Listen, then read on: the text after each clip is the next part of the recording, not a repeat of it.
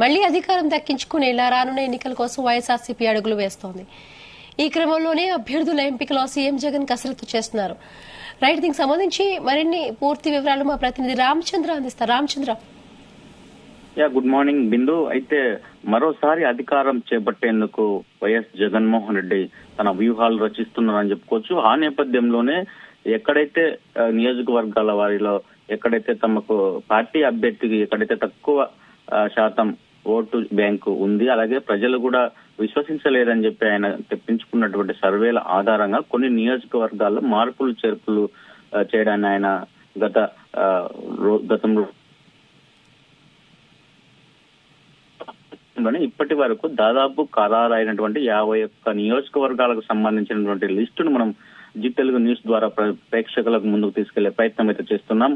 అయితే ఇప్పటి వరకు దాదాపుగా ఖరారు అయినట్లుగానే అధిష్టానం ఒక లిస్టుకు ఫస్ట్ లిస్ట్ అయితే విడుదల చేసింది.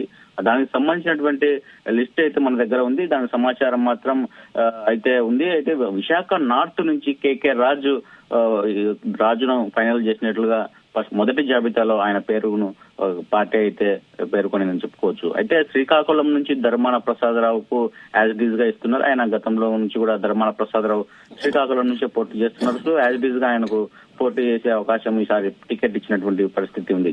అయితే ఆ మాడుగుల నియోజకవర్గం నుంచి కూడా బూడి ముత్యాల నాయుడును కూడా కొనసాగిస్తూ నిర్ణయం తీసుకున్నట్లు తెలుస్తుంది. అయితే రాజమండ్రి సిటీలో మాత్రం చేంజ్ చేసినట్లుగా తెలుస్తోంది. అయితే మార్గాని భరత్ గత ఎన్నికల్లో లోక్సభ మెంబర్ గా ఉన్నారు, ఎంపీగా ఉన్నారు. ఆయనను ఎంపీగా నుంచి తీసుకొని ఇప్పుడు ఎమ్మెల్యేగా మార్చే ప్రయత్నం జగన్మోహన్ రెడ్డి చేస్తున్నారు.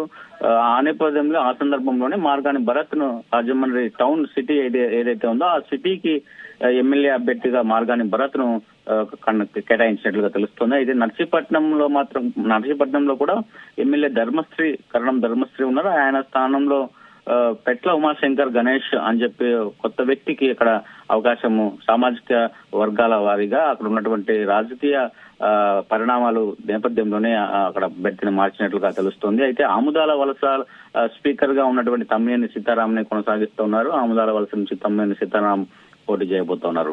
అయితే నర్సంపేట ధర్మాన ప్రసాదరావు తమ్ముడే ధర్మాన కృష్ణదాస్ కూడా అక్కడి నుంచి ఇస్తా ఉన్నారు.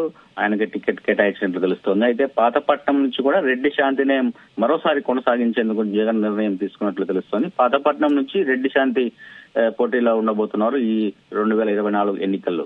అయితే పలాస నుంచి కూడా శ్రీధరి అప్పలరాజు ఇప్పుడు ఆయన మంత్రిగా కొనసాగుతున్నారు. అనిమల్ హస్బెండరీకి సంబంధించినటువంటి శాఖను చూస్తున్నటువంటి శ్రీధరి అప్పలరాజు కూడా ఈసారి టికెట్ కేటాయించారు.